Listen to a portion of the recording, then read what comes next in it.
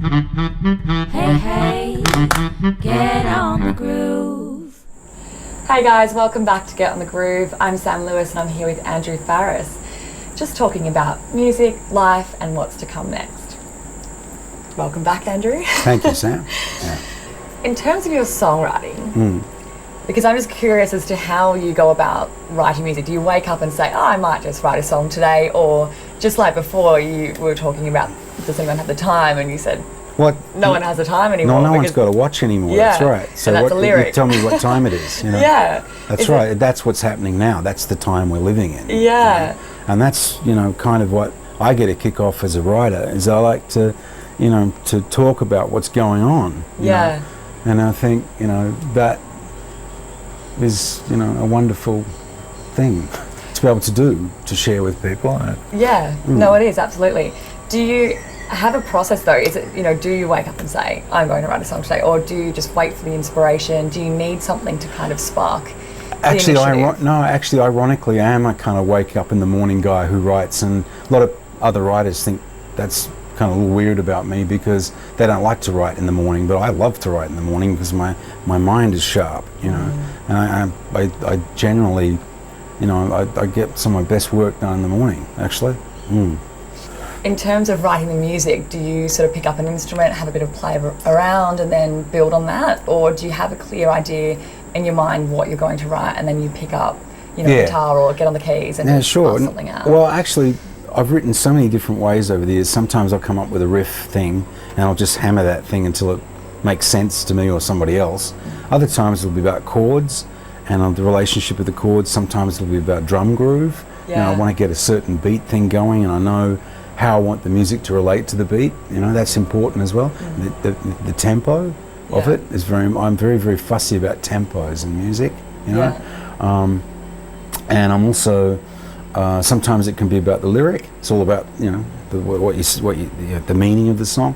Other times it can be all about the melody, and I don't really, this sound a bit silly, but I don't really care so much about what's being said, as I want the empathy to be towards the melody, So you suit the, all the music style, the tempo, the pitch, the key, everything's got to be perfect to suit that particular melody, So it's strong, In the mini-series last year, one of my favourite scenes was when you came up with the riff for I Need You Tonight and you let the taxi wait for you because you had to just get this song down. Is that really what happened? How did that play out? What it was I had actually been working on a lot of the music for Kick. I'd actually been working on it, and that was one of the songs, and it was right, I'd called the cab to go to meet Michael in Hong Kong, where we were going to work together. It was 87, I think it was, and basically what happened was, as the cab was coming, that's when I thought of the idea for Need You Tonight. And I thought, this is crazy, this is happening right now. Like, I can't stop doing this because I know it's important. I don't know why it's important, but it's important, So I started recording. I rolled the tape when the old tape recorder thing, and I started recording it. And then the cab arrived, and the guy was going to leave, But I was like, wait, you got to wait, And I was going to miss my flight, and I suddenly got into this weird area. But that song would have never happened if I hadn't done that, So. Yeah. And then when I got to the other end, Michael goes, you got anything to play me? I go, actually, I got this. And I pulled out that, in those days, it was a cassette, of the recording I've done on my multi-track. And he played it and went, that's great, give me a moment. He scribbled out the lyric and then sang the song within a sort of half an hour of me arriving. I thought it was so bizarre, right? Yeah. Do you know what I mean? I said, what's that about, Because it was so instantaneous, But that was one of the great things about my relationship with Michael as songwriters, is that neither of us were really frightened to go into areas that weren't like normal. We do great stuff together, songwriting wise, right? Just interesting things, mix things up, mess around with them, it was good. You had an incredible partnership, you and Michael. Yep. Was that in terms of when he was, when he passed and he's no longer here, how did that affect your songwriting? Because you relied on each other so much and you were so close. Sure. I mean, it affected me on many levels. Firstly, because he was my mate, he was my friend, That really hurt. But I think, for all of us guys too, and for many other people, but it was more, I think, from a songwriting perspective, it was really difficult to to work out exactly where I figured in the landscape, because I kind of looked at, well, a lot of my work with In Excess was, I always looked at it, I was writing the soundtrack for everything that was going on. I like to think of that kind of, if there was a play that was happening in real time, then I'd be the one, in the background, kind of creating how the music would go in the background of the play, you know. And so when a major character is removed out of the play, it changes how you then look at, and then I've since realised that, a lot of my own happiness with music is mine to share too. It's not just about that moment for me. Loss. I mean, we all are going to experience loss at some point in our lives. That's going to happen. I guess you work so closely together. You would match each other so well. Have you met anybody else that you've worked with that you think you could have that, not the same relationship, but a very similar bond in terms of just knowing the other person so well and having your music fit together? Actually, Pat Monahan from Train and I worked a bit together. Pat's great. He's really, big fan of Pat's. He's awesome. Well, he's okay, but he's all right. No, but he's really good. Great writer, and very very much for me, I got a similar sort of thing, kick out of working with him, because he's just really focused on that moment and what's going on. There's so many great writers, there's so many great writers out there. Who have you been starstruck by? Oh, lots of people. Probably one of the most amazing experiences I ever had in my professional career in the music industry was with Ray Charles, and he was recording in Paris downstairs, and we were recording upstairs on an album we were doing. This would be 93, I think it was 1993, and a suggestion was made that he might like to listen to a couple of songs that Michael and I'd written. And I thought, well, why is he going to be interested in that? He's such an amazingly talented guy, So we send these things down. He goes, yeah, I actually quite like that one. He comes back up, and we're like, you've got to be kidding, he likes it, So and then next minute he wanted to sing on it, on our record, which was what was going on, and then we ended up in New York performing that song live on the David Letterman show with Ray Charles, So for me, that was a serious moment for me. We shot a video with him and did all this stuff, and I got to know him a little bit, and I'm just in awe of the guy. Really, really amazing. Were you nervous playing with him? I was actually. I had to play piano, with Ray Charles. Shaky hands. Like, hello,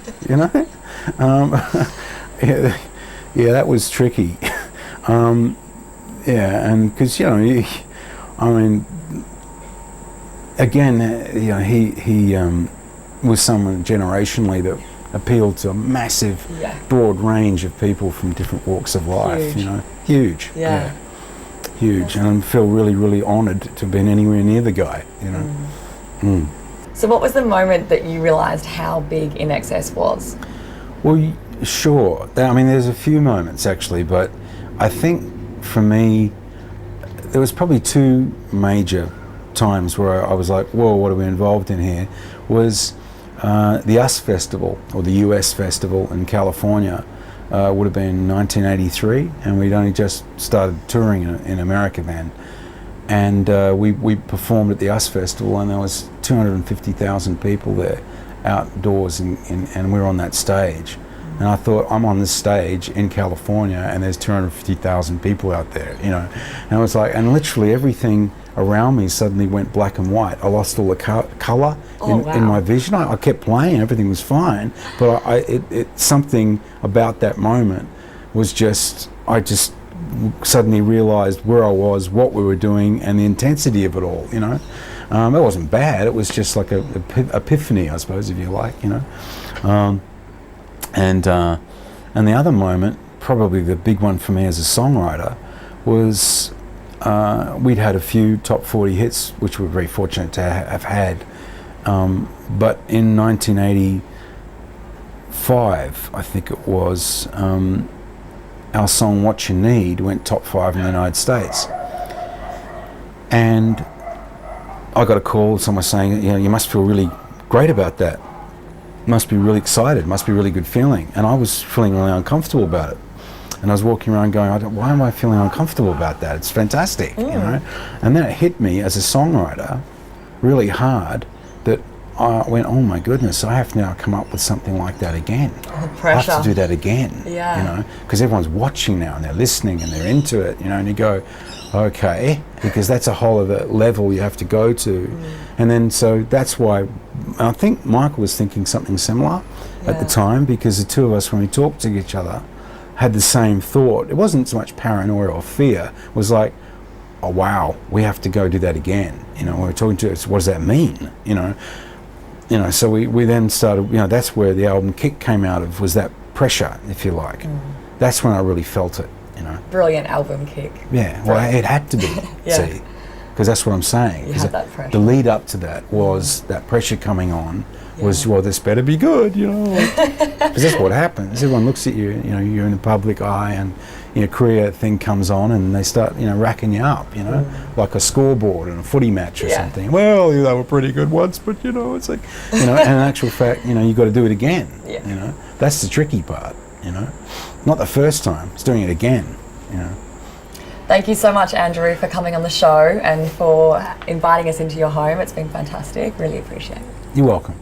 If we hear a single whisper about what Andrew Farriss is up to, we will have all the information and release dates up on our website at getonthegroove.com and on our Facebook. One last question. Yep. Since you're so good at communicating to the mass of generations, how do you feel about a selfie? Oh, okay. Okay. Ready?